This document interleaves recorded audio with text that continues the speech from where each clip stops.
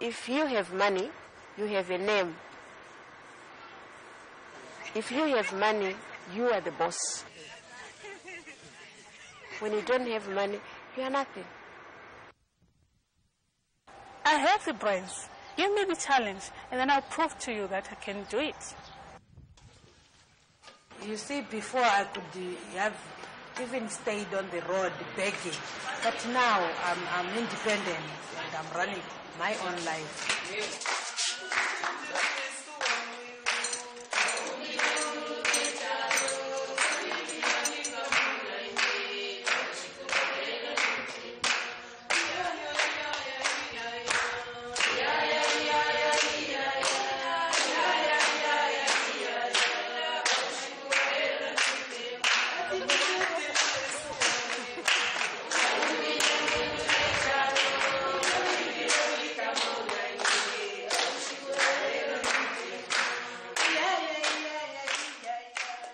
What these women have in common is they are all business owners.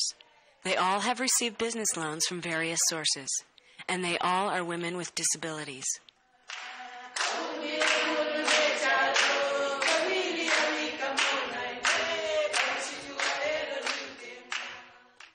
Mobility International USA has been working to empower people with disabilities for over 20 years. And we know there are over 300 million women with disabilities. And they have told us they have not been included in microfinance programs. So we went to Africa to find out why. We went to Southern Africa to meet with about 50 women with disabilities. These women came from different countries. They all had different sorts of disabilities. Some women were deaf.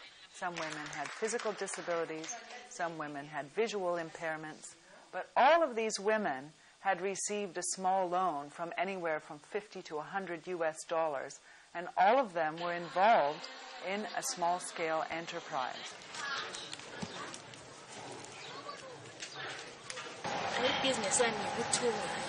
I do a lot of sewing, dresses and blouses. I started by buying and selling some vegetables and fruits.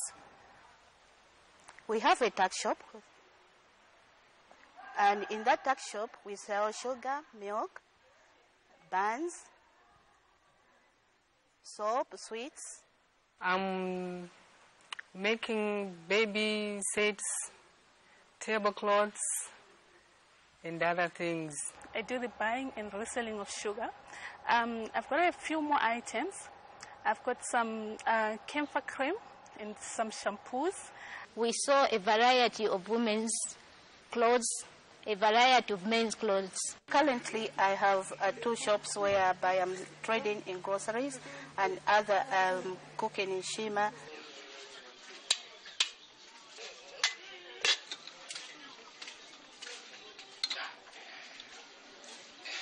Women trying to get a loan face so many obstacles, and women with disabilities face even more of them.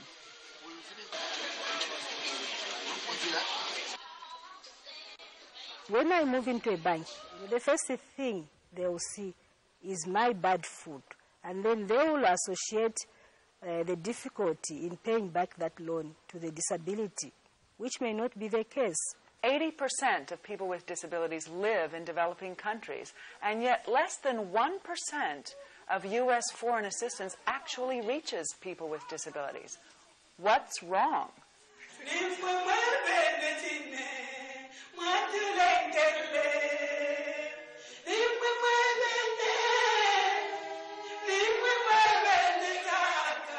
The most issues that we are tackling are the issues of poverty. You know, women in Zambia are the poorest of the poor. As a disabled woman, you are looked down upon when you don't have anything. Even you lose your credibility. You are called by your disability. I tried to borrow money before, but I wasn't successful because they thought that somebody who is disabled can't manage to do anything.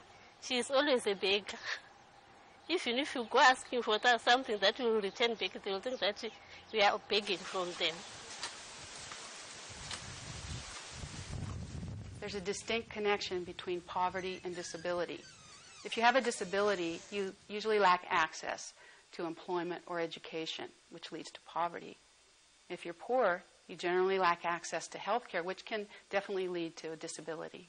My life before I started business was very terrible, that I couldn't manage to do anything. I thought I was a failure in life. Even my relatives didn't consider me as a normal person like them. But after I started business, my relatives started to consider me as a person.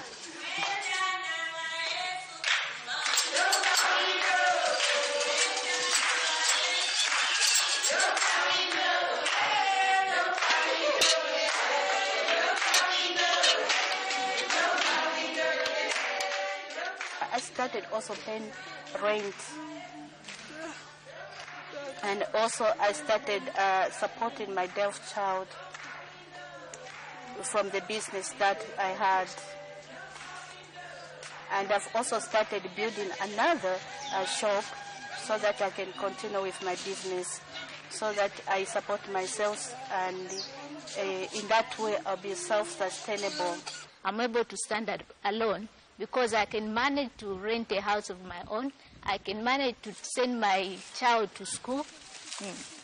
And of course, I can manage to buy food for myself and my son.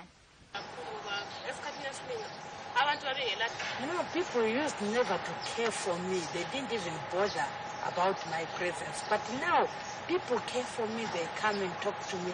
I've even managed to buy goats. And some people come and borrow things from me. I'm able to now bank some of the money, able to, like my daughter, whatever she wants, basic things, I'm able to buy that for her.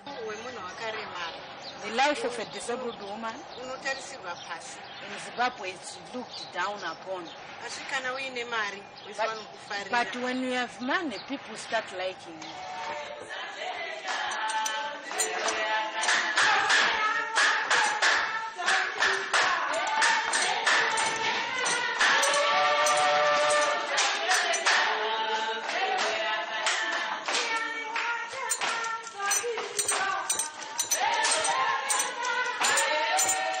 We saw women with disabilities confront barriers in very, very interesting ways. Obviously, a woman in a wheelchair on a muddy road in Africa isn't really going to be able to get her stuff from the market to home. What can she do? Well, we saw women doing all sorts of different things.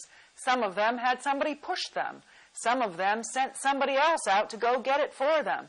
Some send a relative or an employee. These women will think of ways to overcome their business barriers just like everybody else does.